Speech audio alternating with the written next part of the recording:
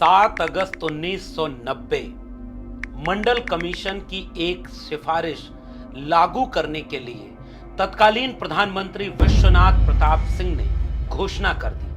Doctor Bhimrao Ambedkar के इस न्याय वर्ष में एक फैसला हाल में सरकार ने लिया कि पिछड़े वर्ग को हम सरकारी नौकरियों में और पब्लिक सेक्टर में स्थान दें। सत्ता के इस ढांचे में देश की चलाने और संवारने में, उसके फैसला करने में हम हिस्सेदारी देने चाहते हैं और मजबूती से देना चाहते हैं।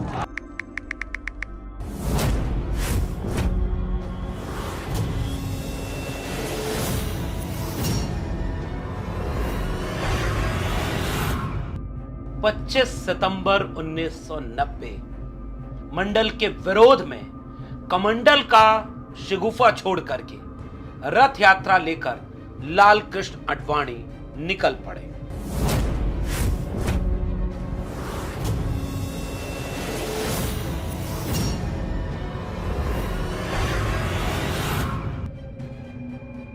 इन 2 तारीखों के बीच आजाद भारत का सबसे बड़ा राजनीतिक अध्याय लिखा जा रहा था, मंडल और कमंडल के दौर के रूप में, मंडल और मंदिर के दौर के रूप में। मंडल आंदोलन ने इस आजाद भारत को बदल कर रख दिया। लेकिन मौजूदा प्रधानमंत्री नरेंद्र मोदी हरियाणा के विधानसभा चुनाव में प्रचार करते हुए अब मंडल कमीशन लागू करने का भी श्रेय ले रहे हैं।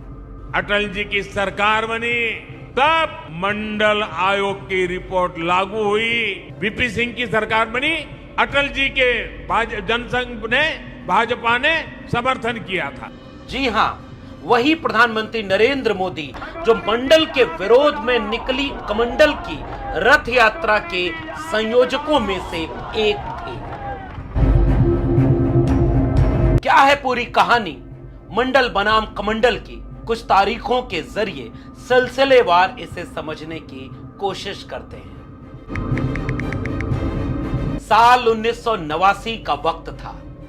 अक्टूबर नवंबर में पूरे देश में आम चुनाव जोर शोर से जारी थे।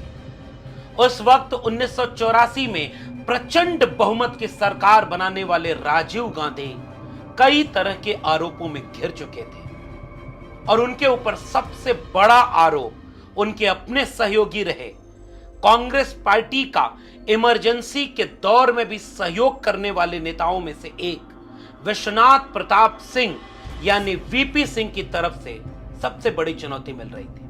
विश्वनाथ प्रताप सिंह राजीव गांधी और कांग्रेस से दूर होकर के एक लाल किताब लेकर भ्रष्टाचार के आरोप लगाते हुए कांग्रेस के विरोधी और देश के एक बड़े चेहरा बन चुके थे। विश्वनाथ प्रताप सिंह के बारे में इस देश में नारे लगा करने लगे, राजा नहीं फकीर है, देश की तकदीर है।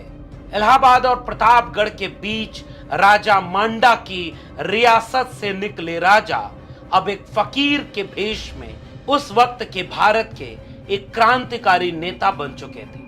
विश्वनाथ प्रताप सिंह के भ्रष्टाचार के आरोपों से कांग्रेस बुरी तरह मुसीबत में फंस चुकी थी और चुनाव का परिणाम भी कुछ ऐसा आता है कि चुनाव में कांग्रेस बुरी तरह हार जाती है। फिर तारीख आती है 2 दिसंबर 1989। संयुक्त मोर्चा की सरकार बनती है और कई तरह के उतार चढ़ाव के बाद प्रधानमंत्री पद की शपथ लेते हैं वही राजा नहीं फकीर, देश के तकदीर विश्वनाथ प्रताप सिंह यानी वीपी सिंह। 140 सांसदों वाली इस अल्पमत की सरकार के सामने बड़ी बड़ी चुनौतियां और मुश्किलें थी। ये वो सरकार थी कांग्रेस के विरोध में एक होकर के सबने इसका समर्थन किया था। धुर दक्षिणपंथी भारतीय जनता पार्टी से लेकर के वामपंथी कम्युनिस्ट पार्टियों का समर्थन विश्वनाथ प्रताप सिंह की सरकार को मिला हुआ था। विश्वनाथ प्रताप सिंह कई अहम काम करने के लिए चर्चित हो रहे थे। समाजवादी पृष्ठभूमि के मिजाज से काम करने लगे और उसी कामों में से एक था मंडल कमीशन की एक सिफारिश का लागू किया जाना। किस्से और कहानियां इस रूप में मौजूद मिलेंगी कि अपनी सरकार बचाने के लिए कि जब चौधरी देवीलाल को उन्होंने किनारे किया और बनाई गई समिति की अध्यक्षता खुद देवीलाल कर रहे थे, मगर देवीलाल इस मंडल कमीशन के सिफारिश के पक्ष में नहीं थे। और दूसरी तरफ हरियाणा से लेकर दिल्ली के राजनीतिक झगड़ों में कुछ पेच फंस रहा था। देवीलाल एक बड़ी रैली बुलाकर वीपी सिंह की सरकार गिराने की तैयारी कर रहे थे। अपनी सरकार बचाने के लिए वीपी सिंह ने पिछड़ी राजनीति को हवा दे दी और मंडल कमीशन की सिफारिश लागू कर दी। मगर कहानी ये नहीं है। असली कहानी ये है कि 1989 के आम चुनाव में समाजवादी खेमे और बहुजन खेमे की तरफ से मंडल कमीशन की सिफारिशों को लागू किया जाना उनके घोषणा पत्र में शामिल था। यानी सरकार गिराने और बचाने की बजाय विश्वनाथ प्रताप सिंह ने मंडल कमीशन की रिपोर्ट को लागू करना एक राजनीतिक कदम के रूप में उठाया।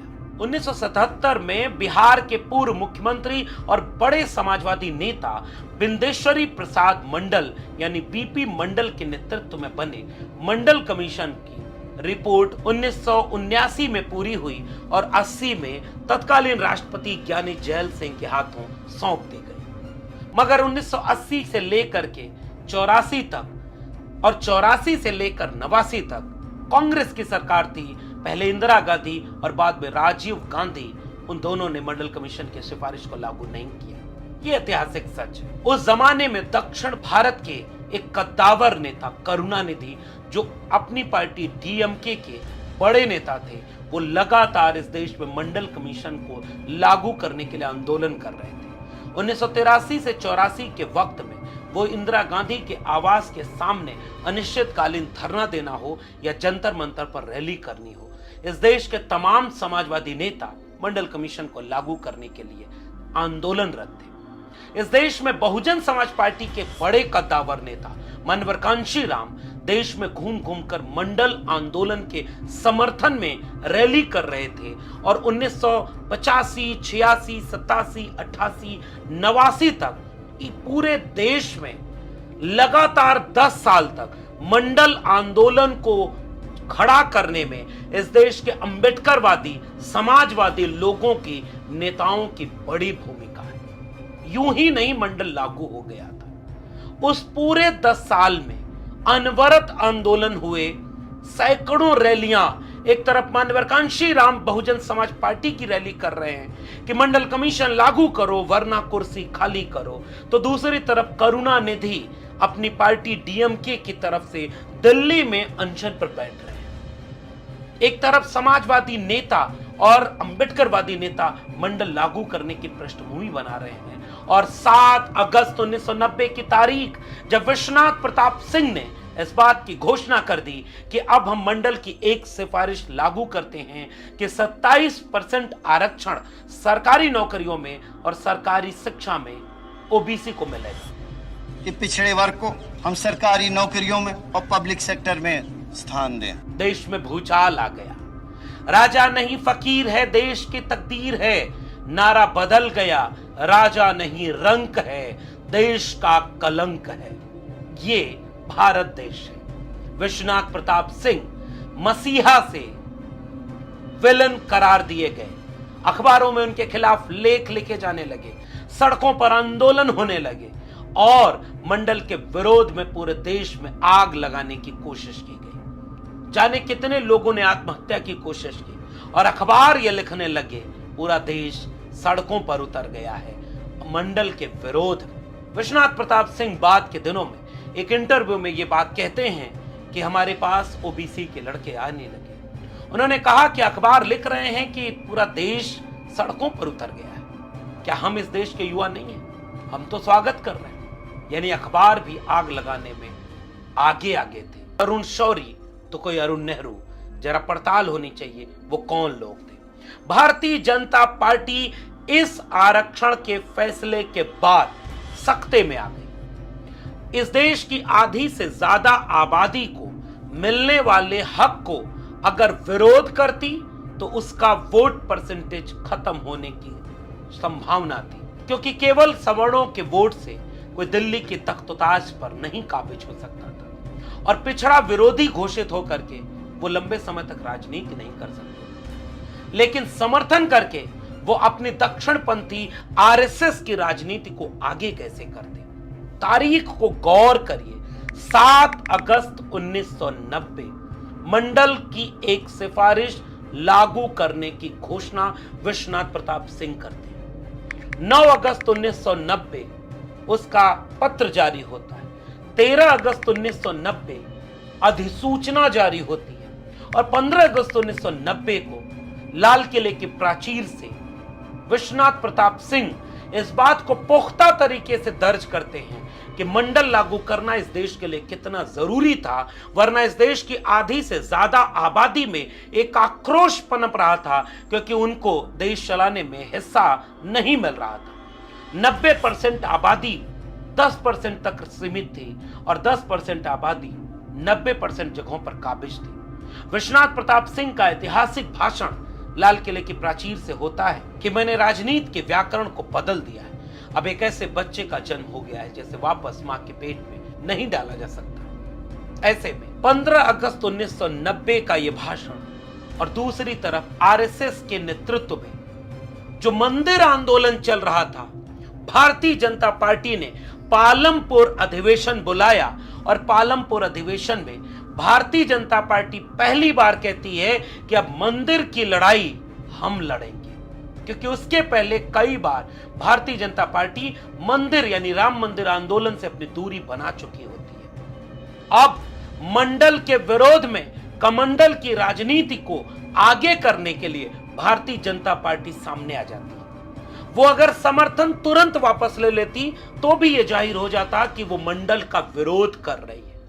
वो विरोध में बोल देती तो राजीव गांधी की तरह एक्सपोज हो जाते, जब राजीव गांधी ने संसद में खड़े होकर के मंडल कमीशन के विरोध में लंबा भाषण दिया, जो आज भी कांग्रेस के लिए मुसीबत बना रहता है। जैसे जवाहरलाल नेहरू का वो पत्र जो उन्होंने मुख्यमंत्रियों को आरक्षण के विरोध में लिखा था। ये ऐतिहासिक गलतियां जितनी कांग्रेस को भारी पड़ी थी, भारतीय जनता पार्टी ने इससे सबक लिया। उसने सीधे मंडल का विरोध करने से परहेज किया, लेकिन उसी समय एक ऐसी रणनीति बनाई कि भारतीय जनता पार्टी ने पालमपुर अधिवेशन के बाद आरएसएस के सामने यह प्रस्ताव रख दिया कि जो अब मंदिर की लड़ाई है वह अब राजनीतिक लड़ाई होगी और भारतीय जनता पार्टी उस राजनीतिक लड़ाई को लड़ेगी। और ठीक एक महीना बाद 25 सितंबर 1990 को अयोध्या के लिए रथ लेकर के सोमनाथ से लाल कृष्ण आडवाणी देश की सड़कों पर उतर पड़ते हैं। जितने लोग मंडल आंदोलन का विरोध करने में, आग लगाने और मारे जाने में शामिल नहीं हुए, उससे ज्यादा नफरत की राजनीति, सांप्रदायिकता का एक नया अध्याय लिखा भारतीय जनता पार्टी ने जब उन्होंने 25 सितंबर 1990 को रथ यात्रा शुरू कर दी। जहां जहां से ये रथ यात्रा गई, दंगे होने लगे, तनाव फैलने लगा और पूरा देश जाति की राजनीति की गोलबंदी के सामने धर्म की राजनीति की गोलबंदी का शिकार हो गया। In the name of God यानी राम के नाम से एक डॉक्यूमेंट्री आनंद पटवर्धन ने बनाई है। अगर न देखा हो आपने तो वो डॉक्यूमेंट्री जरूर देखिएगा और ये देखिएगा कि मंडल आंदोलन जो इसलिए आया था कि इस देश में जिसकी जितनी संख्या है उसकी उतनी भागीदारी हो, हिस्सेदारी हो, उसको उसके हिस्से का हक नौकरी में, शिक्षा में, रोजगार में, जमीन के मालिकाना हक में मिले और यह देश सबका देश बने। इस विचार का विरोध करने के लिए दक्षिणपंथी राजनीति ने रथ यात्रा की शुरुआत कर दी। और यही रथ यात्रा, क्योंकि भारतीय जनता पार्टी सीधे मंडल का विरोध करके अपने वोटरों को नाराज नहीं कर सकती थी, क्योंकि धर्म के नाम पर लड़ाने के लिए इन्हीं पिछड़ी और अति पिछड़ी दलित जातियों का इस्तेमाल भी तो करना था।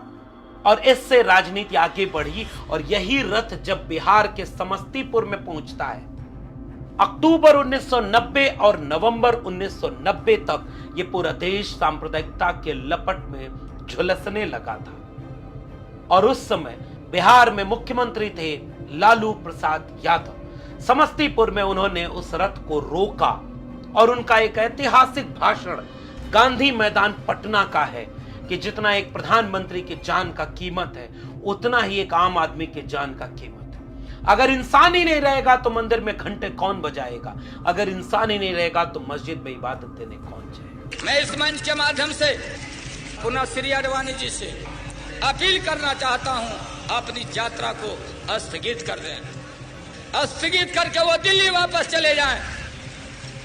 देश हित में अगर इंसान ही नहीं रहेगा, इंसान नहीं रहेगा तो मंदिर में घंटी कौन बजाएगा या कौन बजाएगा? जब इंसानियत पर खतरा हो, इंसान नहीं रहेगा तो मस्जिद में इबादत कौन देने जाएगा? 24 घंटा में निगाह रखा हूं। हमने अपने शासन के अपने तरफ से पूरा उनकी सुरक्षा का भी व्यवस्था किया, लेकिन दूसरे तरफ हमारे सामने सवाल है, अगर एक नेता और एक प्रधानमंत्री का जितना जान का कीमत है उतना आम इंसान का जान का भी कीमत है। हम अपने राज्य में मतलब दंगा फसाद को फैलने नहीं देंगे। जहां फैलाने का नाम लिया और जहां बवेला खड़ा करने का नाम लिया तो फिर हमारे साथ चाहे राज रहे या राज चला जाए, हम इस पर कोई समझौता करने वाले नहीं हैं। जैसे ही वो रथ यात्रा बिहार के समस्तीपुर में रोकी जाती है, वैसे ही भारतीय जनता पार्टी केंद्र की सरकार से अपना समर्थन वापस ले लेती है। Dear prime minister Narendra Modi ji, आप टेलीप्रॉम्प्टर न होने पर जितना लड़खड़ा जाते हैं, उससे ज्यादा चिंता की बात यह है कि आप असली इतिहास भी नहीं जानते कि आरक्षण विरोधी, मंडल विरोधी कौन रहा है। फिर से देखिए इस अखबार की हेडलाइन, अडवाणी गिरफ्तार और समर्थन वापस। इस पर जोर दीजिए, क्यों निकली रथ यात्रा 7 अगस्त 1990 और 25 सितंबर 1990? उसके पहले भारतीय जनता पार्टी मंदिर आंदोलन से दूरी बनाए हुई थी। पालमपुर अधिवेशन में भारतीय जनता पार्टी मंदिर आंदोलन को राजनीतिक मुद्दा मानती है। रथ लेकर 25 सितंबर 1990 को लाल कृष्ण आडवाणी क्यों उतर जाते हैं? और उस रथ पर dear prime minister Narendra Modi ji, आप क्या कर रहे थे? क्योंकि आप तब ओबीसी नहीं थे। डियर प्राइम मिनिस्टर, याद है ना आपको, आपने गुजरात के मुख्यमंत्री रहते हुए अपनी जाति को ओबीसी में शामिल कराया। उस समय आप हिंदुत्व के सबसे बड़े चेहरे बन चुके लाल कृष्ण आडवाणी के सिपह सालार बने थे। तब आपको मंडल की याद क्यों नहीं आई? उस रथ को आप लेकर निकले जो मंडल के विरोध में निकला था, कमंडल लेकर। कितना इतिहास को छिपाकर, दबाकर, बरगलाकर बदल पाएंगे क्या? इस खेल को समझा जाए। लालू प्रसाद यादव आज तक इसकी सजा भुगत रहे हैं कि उन्होंने हिंदुत्व के रथ को समस्तीपुर में क्यों रोका। और ठीक वही वक्त है जब उत्तर प्रदेश के मुख्यमंत्री हैं मरहूम नेताजी मुलायम सिंह यादव। कार सेवा के नाम पर अब तो रिपोर्ट आई और सुप्रीम कोर्ट का जजमेंट कहता है कि वो भावना के आधार पर फैसला सुनाता है, और फैसला सुनाने के बाद सुप्रीम कोर्ट के जज राज्यसभा के मेंबर बन जाते हैं भारतीय जनता पार्टी के सहयोग से। कितना निष्पक्ष और तटस्थ है डियर प्राइम मिनिस्टर ये इतिहास। जब कार सेवक हमला करने जा रहे हैं, कानून व्यवस्था को अपने हाथ में ले रहे हैं, तो एक चुने हुए मुख्यमंत्री को क्या करना चाहिए? वही जो मरहूम नेताजी मुलायम सिंह यादव ने किया था, और वही काम मुख्यमंत्री को करना चाहिए जो लालू प्रसाद यादव ने किया था। और उसके बाद आपकी सरकार समर्थन वापस लेती है। क्यों वापस लिया था भारतीय जनता पार्टी ने विश्वनाथ प्रताप सिंह की सरकार से समर्थन वापस? डियर प्राइम मिनिस्टर, इसका क्या जवाब है आपके पास? और उसके बाद आपने जिसको समर्थन दिया, उन्होंने कैसे मंडल को रोका, और फिर मंडल के विरोध में जो कमंडल का रथ था वो क्यों रुका रहा? और उसके बाद एक मंडल रथ निकला था बिहार से, जिसकी अगुवाई मरहूम शरद यादव कर रहे थे, और दिल्ली के जंतर मंतर पर बैठने वाले, आंदोलन करने वाले एक नेता का नाम है मरहूम रामविलास पासवान। मंडल आंदोलन ने कैसे इस देश को इतना खूबसूरत बनाया जनाब। एक तरफ करुणानिधि शरद यादव, लालू प्रसाद यादव, मुलायम सिंह यादव लड़ रहे थे, तो दूसरी तरफ कांशीराम, रामविलास पासवान इसके समर्थन में सड़क पर लड़ रहे थे। इनके घरों पर पत्थर मारे गए, इनको गालियां दी गईं। विश्वनाथ प्रताप सिंह को गाली देने वाले कौन लोग थे? वही जो आरक्षण विरोधी थे। सरकार गिराने वाले कौन लोग थे? वही जो आरक्षण विरोधी थे, जो मंडल विरोधी थे। डियर प्राइम मिनिस्टर, आपको चुनाव जीतना है, ये अच्छी बात है, लेकिन एक बार सोच कर देखिए, 21 जून 1991 को कांग्रेस के पीवी नरसिम्हा राव ने सरकार अल्पमत बनाई। उसके पहले चंद्रशेखर ने सरकार बनाई, उनकी सरकार भी गिरा दी गई। अगस्त 1991 से जनता परिवार के आंदोलनकारी नेताओं शरद यादव, रामविलास पासवान, लालू प्रसाद यादव, मुलायम सिंह यादव, करुणानिधि, नीतीश कुमार, ऐसे जाने कितने नेताओं ने फिर से मंडल लागू करने के आंदोलन छेड़ दिया। 30 अक्टूबर 1991 को सुप्रीम कोर्ट ने मंडल आयोग की सिफारिशों के खिलाफ दायर याचिका की सुनवाई के लिए 9 न्यायाधीशों की पीठ बनाई, और इस बीच उत्तर प्रदेश, मध्य प्रदेश, उड़ीसा, दिल्ली, उनमें आंदोलन मंडल का चलता रहा। फिर तारीख आती है 19 नवंबर 1991। सुप्रीम कोर्ट ने इंदिरा साहनी मामले में मंडल कमीशन की सिफारिशों को लागू करने की सहमति दर्ज कर दी, और उसके बाद इस देश में मंडल कमीशन लागू हुआ। कोर्ट जाने वाले लोग कौन थे मंडल कमीशन के खिलाफ? डियर प्राइम मिनिस्टर, क्या आप बता सकते हैं? अगर आपके टेलीप्रॉम्प्टर वाले भाषण में यह दर्ज हो कि मंडल के विरोध में कोर्ट जाने वाले लोगों का नाम क्या था, और उसी समय क्रीमी लेयर आ गया। और बताइए डियर प्राइम मिनिस्टर, आप गुजरात के मुख्यमंत्री तक रहे, कभी इस देश को क्यों नहीं बताया कि आप ओबीसी हैं? और आज आप कांग्रेस का काला चिट्ठा खोल रहे हैं, और इस काले चिट्ठे का हिसाब कौन देगा? आप इस देश के 10 साल से ज्यादा प्रधानमंत्री रहे, आपने महान काम किए, आप अमर होने के लिए प्रधानमंत्री रहे, मगर आज तक एक बार भी मंडल कमीशन की सिफारिशों का जिक्र आपके जुबान से क्यों नहीं हुआ? Dear prime minister, nation want to know. इस देश के ओबीसी जानना चाहते हैं कि जाति जनगणना जैसा मुद्दा आज इस देश का सबसे बड़ा मुद्दा है, और आज आप और आपके लोग इसका विरोध क्यों कर रहे हैं, या इस पर खामोशी, साजिशन खामोशी क्यों अख्तियार किए हुए? मंडल कमीशन की 38 सिफारिशें बची हैं। प्रधानमंत्री जी, आपको महान बनने का शौक है तो जाति जनगणना कराकर मंडल कमीशन की सारी सिफारिशों को लागू करा दीजिए। अब आप महान बनने के रास्ते पर चल सकते हैं, नॉन बायोलॉजिकल हो सकते हैं, अवतारी हो सकते हैं, मगर अफसोस कि पिछले 10 साल में सबसे ज्यादा ओबीसी के साथ अन्याय हुआ है तो आपकी सरकार में। National commission of backward class आपने बनाया, संवैधानिक दर्जा दिया, जिसने 69,000 शिक्षक भर्ती के लिए चिट्ठी पर चिट्ठी लिख दी, लेकिन कुछ नहीं किया आपकी सरकार ने। और उत्तर प्रदेश में कोर्ट ने रद्द किया, फिर आपके लोग सुप्रीम कोर्ट चले गए। बिहार सरकार ने जाति जनगणना कराई, उसके खिलाफ कौन लोग हैं, और कौन वहां के हाई कोर्ट और सुप्रीम कोर्ट में अपना वकील भेजता है? डियर प्राइम मिनिस्टर, मंडल का आंदोलन इस देश का सबसे खूबसूरत आंदोलन है, और मंडल के विरोध में कमंडल लेकर निकलने वाला आंदोलन क्या है, ये देश की जनता बखूबी जानती है। शुक्रिया।